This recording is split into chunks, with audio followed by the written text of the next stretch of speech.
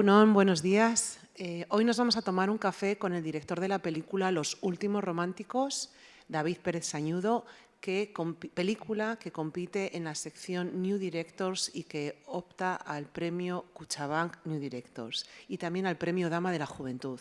Egunon, David. Egunon, ¿qué tal? Qué ilusión tenerte aquí con nosotros. Como te decía antes de la entrevista, que para el festival, para el Cinemaldi, pues estamos muy contentos, ¿no?, de que tu segunda película también esté en esta sección, porque con Anne, tu primera película, ganaste New Directors y lo que hablábamos, ¿no?, que Anne es muy importante porque es una gran película, pero también se convierte en un referente de lo que es posible.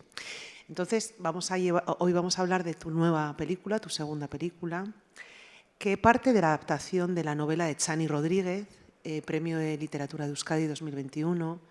Entonces, supongo que es la pregunta que más te van a hacer este año, ¿no? Cómo David, que es un autor con una marca muy personal, de repente adapta una novela y encima consigue hacerla suya. Es decir, ves la película y es una película de David Pérez Sañudo. Entonces, es muy interesante cómo has podido llegar hasta ahí, partiendo de una novela que es una historia, en teoría, ajena. Pues muchas gracias por las palabras, que me impresionan un poco, la verdad. Todo nace de una manera muy técnica, a modo de encargo por parte de Irusoin y de La Claqueta, ¿no? Creo que les fascinaba la novela de Chani, me la proponen, y hay algo tan maravilloso como poder trabajar y vivir, poder vivir, poder conseguir el sustento gracias a tu profesión, gracias a escribir, que dije que sí, porque hasta el momento de hacer ANE la vida fue muy complicada en términos laborales. Y después de hacer ANE, de repente tener la posibilidad de trabajar de forma remunerada, ya en sí era un fin. Claro. Dicho esto, yo había leído la novela de Chani, no solo esta novela, había leído Agosto, conocía muy bien soy un lector bastante curioso, interesado en la literatura vasca, especialmente interesado en las nuevas autoras vascas que en la última década han irrumpido con una fuerza tremenda, pues, Catiz Aguirre, Rodríguez, Aisa de la Cruz. Bueno, la decisión fue muy sencilla. Entonces, claro, a partir de ahí había una serie de elementos que conectaban mucho con un territorio que conozco muy bien.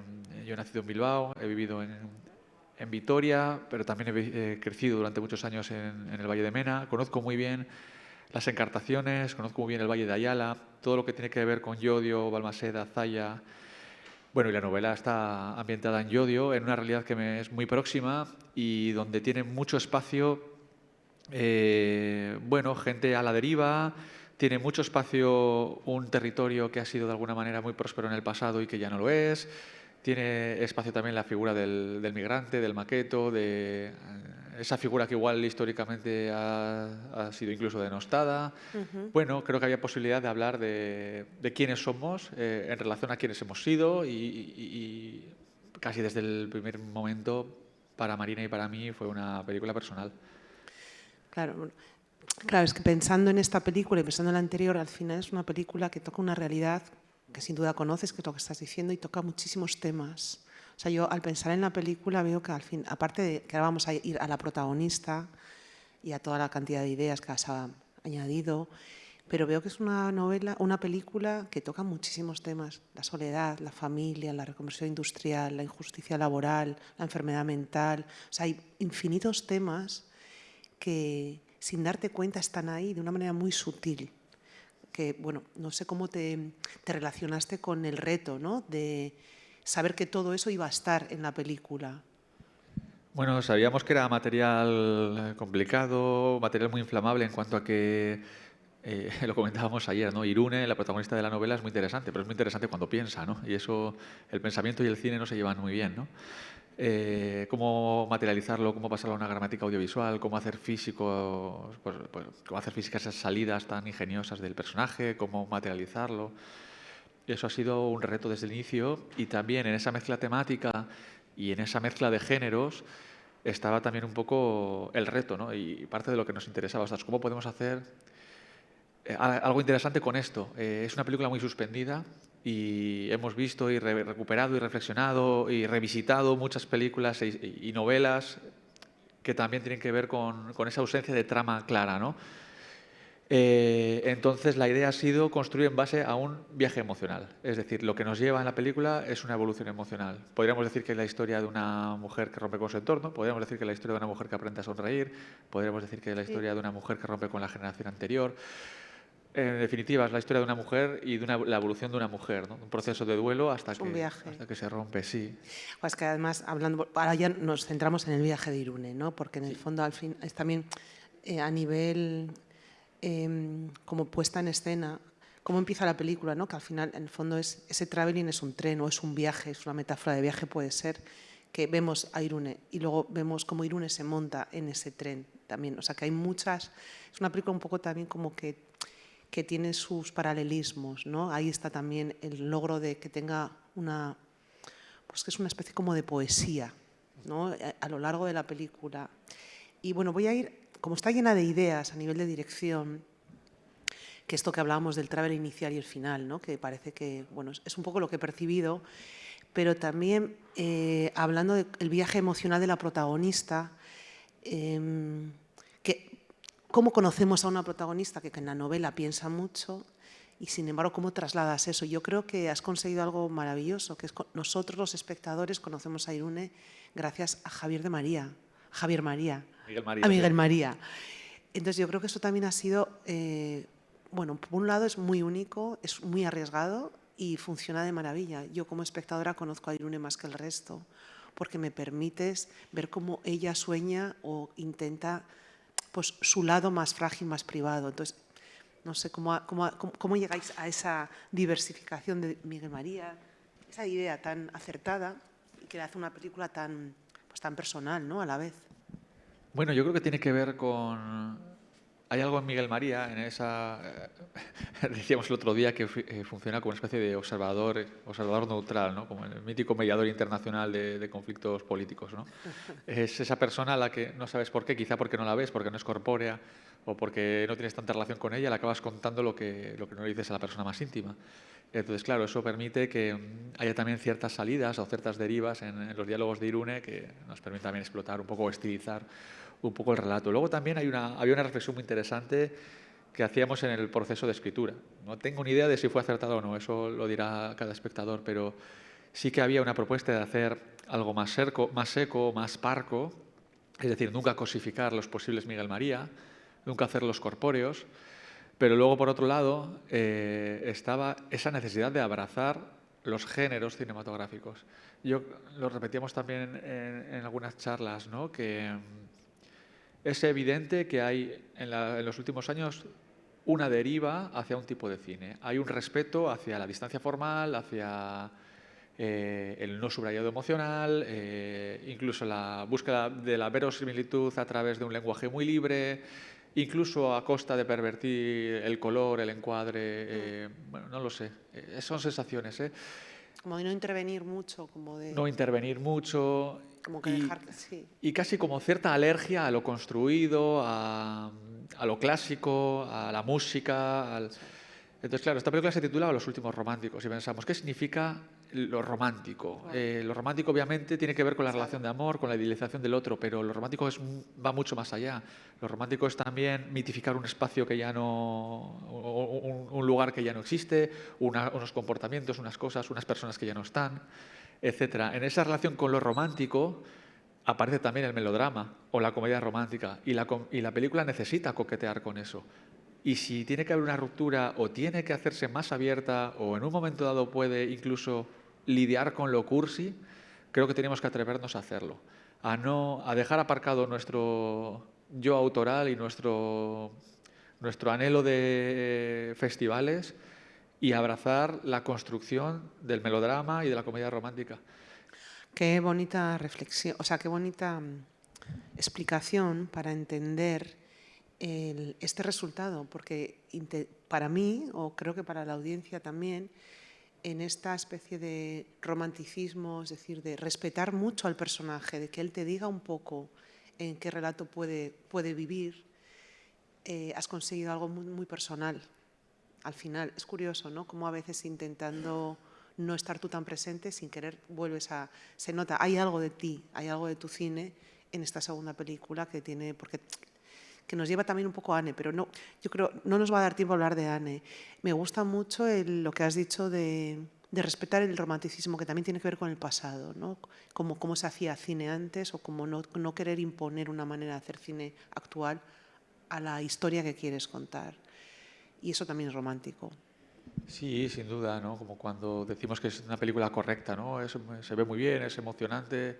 ¿Qué significa correcta a veces, no? A mí es una palabra que no termino de entender. Claro. Yo creo que has arriesgado mucho, por ejemplo, hablando un poquito, en la iluminación. De repente no es especialmente brillante. Es decir, que también hay cosas, porque el paisaje que retratas no es muy luminoso, por decirlo algo. No, la película tenía que ser honesta con el espacio y tiene una vocación naturalista, precisamente porque queremos dar valor a la música, a la espectacularización, al constructo del cine en sí, dejarle claro al espectador que está viendo una película en el último tercio de la peli, jugar en los límites de la construcción. Para eso había que partir de lo más austero. Y el espacio donde hemos retratado es así. Entonces, está muy trabajada por Víctor, pero siempre a favor de obra. A favor, ¿no? Sí. Luego también me llama mucho la atención viendo la película el momento que ella sonríe. Sí, porque nunca ha sonreído. Lo sé, sí, es increíble, es muy poderoso. Y es muy sutil a la vez, es muy sutil. Y luego, bueno, tenemos que terminar. Yo te haría 1000 preguntas, pues porque creo que está, como te he dicho, está llena de ideas, de riesgos de dirección, o sea, como de propuestas de puesta en escena. Pero bueno, me gustaría, hay una pregunta que tengo después de ver la película que me llama la atención, es, la familia está muy presente, o porque le echan de menos, pero al final tenemos a una mujer, la vecina, muy leal a la situación de su hijo, con una enfermedad mental, un problema de adicción, etc. Luego tenemos a la protagonista muy leal a su madre, a la que no se atreve todavía a despedir, y la madre incluso, que tuvo una situación muy trágica con la pérdida. No creo que esté haciendo ningún spoiler ni que sea, bueno, al final está la novela. Pero sí es curioso que las mujeres, o sea, como las que tienen un poco más de presencia, tienen todas una situación bastante dramática. O difícil, vamos a poner difícil, que es una realidad. Pero entonces, todas tienen algo relacionado con la familia, como con peso. La protagonista dice que yo no puedo dejar a mi madre sola, no podía dejar a mi madre sola. Entonces, ¿qué reflexión o qué puedes compartir? Que seguro que lo habéis pensado con Marina cuando escribís. Bueno, sí, no creo que que haya una construcción de la figura de la heroína, ¿no? Creo que es un sacrificio natural. Yo pienso en mi familia, o pienso en la familia de amigos, o si hay una hija única y hay un padre ausente, en el momento en el que la madre necesite cuidados, tengo claro que a ella le va a tocar y va a tener que trabajar. Y quizás el modelo de vida para el que ha estado preparada ha sido otro.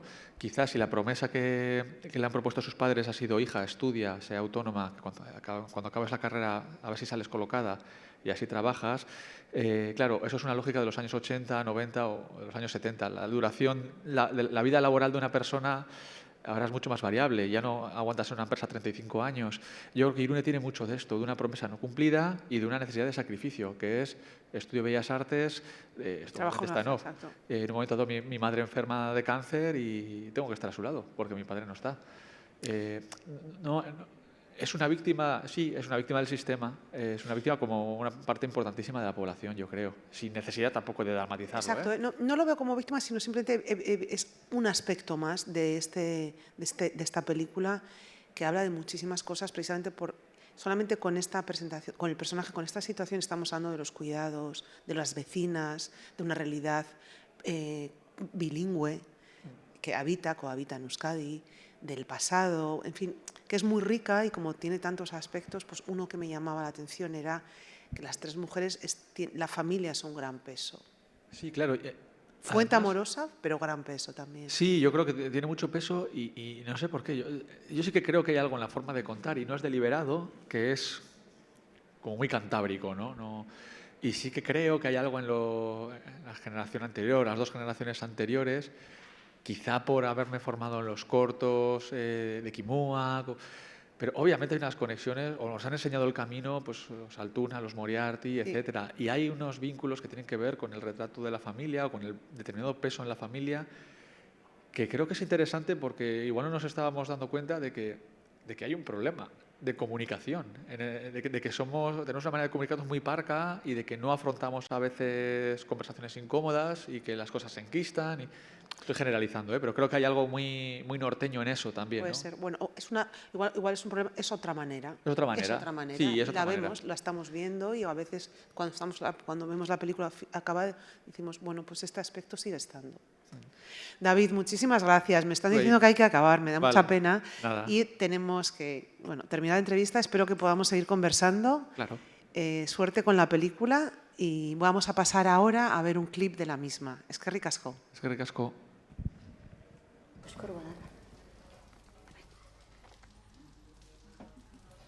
Zesatezu, koizkor bat? Bueno, lasai Irune, seguro ez dara ezer. Hilekoa jaitsi zaizu? Zeni batzutan hilekoa jaiste zaitu. Medikoak esan dit urgentea dela, baina amarerako eman dut hitzordua. Eta ez dut uste gauza bera direnik horita urgentea hitza. Eta noizti sentitzezu? 3 aste. Eta nolatan etzea jun lehenu medikoaren gana? Goza txarra ematen zuteko. Eta pribatura dituezu? Seguru badutela tarte 12 baino lehen. 10 baino lehen. Bueno, 10. Baina posari naiz joan? Naiz da osakidetzan eduki hitzordua? Ordaintu bezu bai. Eta bestela, ez.